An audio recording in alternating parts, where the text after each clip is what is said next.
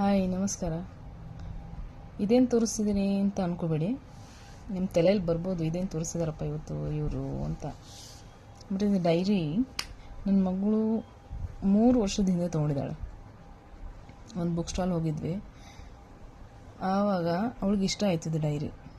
ಅಲ್ಲಿ ಮಮ್ಮ ಕೊಡಿಸು ನನಗೆ ತುಂಬ ಇಷ್ಟ ಆಗಿದೆ ಅಂತ ಹೇಳಿದ್ಲು. ನಾನು ಅಂದೆ, ಪುಟ ಬೇಡ, ಇವಾಗ ನಿಂಗೇನು ಯೂಸ್ಫುಲ್ ಇಲ್ಲ, ಇದು ಬೇಡ, ಇವಾಗ ನೆಕ್ಸ್ಟ್ ಯಾವಾಗಾದರೂ ಕೊಡಿಸ್ತೀನಿ ಅಂತ ಅಂದೆ. ಇಲ್ಲ ಮಮ್ಮ, ತುಂಬ ಕ್ಯೂಟ್ ಇದೆ, ಪ್ಲೀಸ್ ಕೊಡಿಸಿ ಮಮ್ಮ ಅಂತ ಅಂದು. ಓಕೆ, ಹೋಗಲಿ, ಮಗು ಬೇಡ್ತಿದೆಯಲ್ಲ ಅಂತ ಒಂದು ಏನಾದರೂ ಇದರಲ್ಲಿ ಬರಿತೀಯಾ ಯೂಸ್ಫುಲ್ ಆಗಿರೋದಂತ ಕೇಳಿದೆ.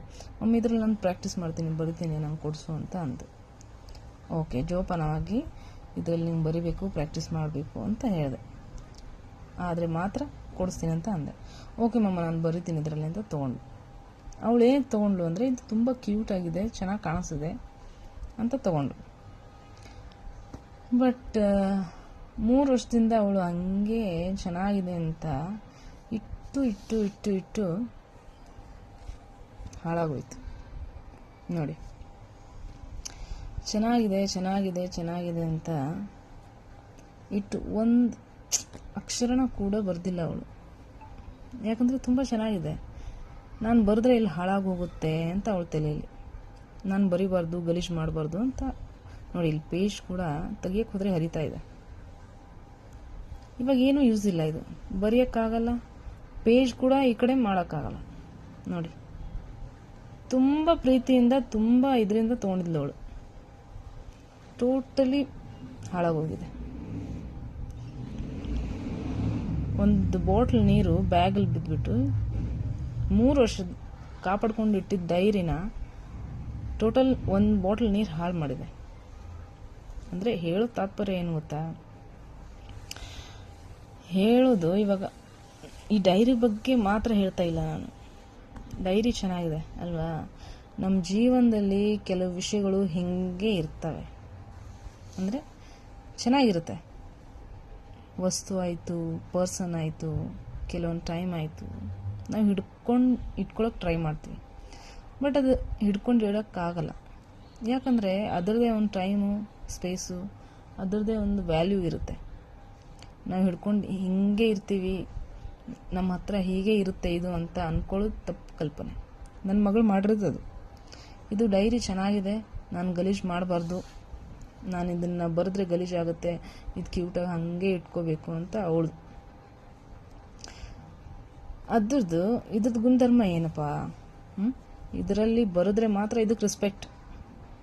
ಈ ಡೈರಿಯಲ್ಲಿ ನಾವು ಬರೆದ್ರೆ ಮಾತ್ರ, ತೆಗೆದುಬಿಟ್ಟು ಓದಿದ್ರೆ ಮಾತ್ರ ಇದಕ್ಕೆ ನಾವು ರೆಸ್ಪೆಕ್ಟ್ ಕೊಟ್ಟಂಗೆ. ಹಾಗೇನೆ ಜೀವನದಲ್ಲಿ ಪರ್ಸನ್ಸು, ರಿಲೇಷನ್ಸು ಎಲ್ಲನೂ ಅದೇ ಥರ. ಅವ್ರವ್ರ ವ್ಯಾಲ್ಯೂ ಅವ್ರವ್ರು ಕೊಟ್ಟರೆ ಮಾತ್ರ ಅದು ನಾವು ಉಳಿಸ್ಕೊಳ್ಳೋಕೆ ಸಾಧ್ಯ. ಅದಕ್ಕೇ ಇವಾಗ ನೋಡಿ, ಈ ಡೈರಿದ್ದು ಬರೆದು ನಾವು ಯೂಸ್ ಮಾಡಿ ಅದ್ರ ಟೈಮ್ ಮುಗಿಸಿದ್ರೆ ಆ ಡೈರಿಗೆ ವ್ಯಾಲ್ಯೂ ಇರ್ತಾಯಿತ್ತು. ಬಟ್ ಅದು ಸುಮ್ಮನೆ ತೊಗೊಂಡು ಬಂದ್ವಿ, ಹಾಳಾಗೋಯ್ತು ಅಲ್ವಾ? ಅಂದರೆ ಇದರಿಂದ ನಾವೇನು ಕಲಿಬೇಕು ಅಂದರೆ, ಜೀವನದಲ್ಲಿ ರಿಲೇಷನ್ಸು ಅಷ್ಟೇ ಮ್ಯಾಟ್ರ್ ಆಗುತ್ತೆ. ಒಂದು ಪರ್ಸನ್ ನಮ್ಮ ಲೈಫಲ್ಲಿ ಇದ್ದಾರೆ ಅಂದಮೇಲೆ ಅದನ್ನು ವ್ಯಾಲ್ಯೂ ಮಾಡಿಕೊಂಡು, ಕೇರ್ ಮಾಡಿಕೊಂಡು ಇದ್ದರೆ ಮಾತ್ರ ಆ ರಿಲೇಷನ್ಗೆ ವ್ಯಾಲ್ಯೂ. ಇಲ್ಲಾಂದರೆ ಪ್ರೀತಿಯಿಂದ ಸಾಕ್ತೀವಿ, ಪ್ರೀತಿಯಿಂದ ಇಟ್ಕೊತೀವಿ. ಇವಾಗ ನನ್ನ ಹೆಂಡತಿ ಆಯಿತು, ನನ್ನ ಗಂಡ ಆಯಿತು. ಕೆಲವೊಂದು ತುಂಬ ಕೇರಿಂಗ್ ಹಸ್ಬೆಂಡ್ಸ್ ಏನು ಮಾಡ್ತಾರೆ, ಹೆಂಡ್ತಿನ ತುಂಬ ಕೇರಾಗಿ ಮನೆಯಲ್ಲಿ ಕೂಡಾಕಿ ಇಡ್ತಾರೆ, ಎಲ್ಲ ತಂದು ಕೊಡ್ತಾರೆ. ಬಟ್ ಏನು ಪ್ರಯೋಜನ? ಅದಕ್ಕೆ ವ್ಯಾಲ್ಯೂ ಇಲ್ಲ. ಯಾಕೆ ವ್ಯಾಲ್ಯೂ ಇಲ್ಲ ಅಂದರೆ, ಆ ವೈಫ್ಗೂ ಕೂಡ ಕೆಲವೊಂದು ಆಸೆ, ಆಕಾಂಕ್ಷೆಗಳು ಇರ್ತವೆ. ದೇವರು ಅವ್ರಿಗೆ ಆದಂಥ ಒಂದು ವ್ಯಾಲ್ಯೂ ಕೊಟ್ಟಿರ್ತಾರೆ. ಅದನ್ನು ಹೊರಗಡೆ ಹಾಕಬೇಕಂದ್ರೆ ಅವರು ಸಮಾಜದಲ್ಲಿ ಓಡಾಡಬೇಕು, ಹೊರಗಡೆ ಹೋಗಬೇಕು, ಎಲ್ಲ ಗೊತ್ತಾಗಬೇಕು. ಆವಾಗನೇ ಅವ್ರ ಜೀವನಕ್ಕೆ ಅರ್ಥ. ಹಾಗೇ ಈ ಡೈರಿದು ಹಂಗೆ ಆಗಿರೋದು. ಇವಾಗ ನಾನು ಏನಕ್ಕೆ ಹೇಳ್ತಿದ್ದೀನಿ ಅಂದರೆ, ಈ ಡೈರಿ ಮೇಯ್ನ್ ಟಾಪಿಕ್ ಆಗಿರೋ ಡೈರಿ ಅಲ್ಲ, ನಮ್ಮ ಲೈಫ್ ಕೂಡ ಅಷ್ಟೇ. ನಾವು ಒಂದು ಜೀವನಕ್ಕೆ ಬಂದಿದ್ದೀವಿ, ದೇವರು ನಮ್ಮ ಸೃಷ್ಟಿ ಮಾಡಿದಾನೆ ಅಂದಮೇಲೆ ಅದಕ್ಕೆ ಒಂದು ವ್ಯಾಲ್ಯೂ ಕೊಡಬೇಕು ನಾವು. ಇದು ನೋಡಿ, ಡೈರಿ ಅಂಗಡಿಯಿಂದ ಬಂತು, ಬ್ಯಾಗಲ್ಲಿ ಇಟ್ಕೊಂತು, ನೀರು ಬಿತ್ತು, ಹಾಳಾಗೋಯ್ತು. ಮುಗಿದೋಯ್ತಿದ್ರ ಲೈಫ್ ಮುಗಿದೋಯ್ತು. ಹಾಗೇ ನಮ್ಮ ಜೀವನದಲ್ಲಿ ನಾವೊಂದು ಜನ್ಮ ತಾಳಿದ್ದೀವಿ ಅಂದಮೇಲೆ ಅದಕ್ಕೊಂದು ಅರ್ಥ ಕೊಡಬೇಕು. ಏನರ್ಥ? ಏನಾದರೂ ಸಾಧನೆ ಮಾಡಬೇಕು, ಏನಾದರೂ ಕ್ರಿಯೇಟಿವ್ ಆಗಿ ಜೀವನದಲ್ಲಿ ಚಿಕ್ಕ ಪುಟ್ಟಾಗಿ ಏನಾದರೂ ಮಾಡ್ತಾ ಇರಬೇಕು.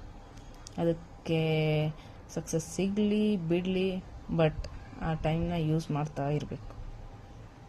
ನಿಮಗೆ ಇಷ್ಟ ಆಗಿರ್ಬೋದು ಅಂದ್ಕೊತೀನಿ. Thank you.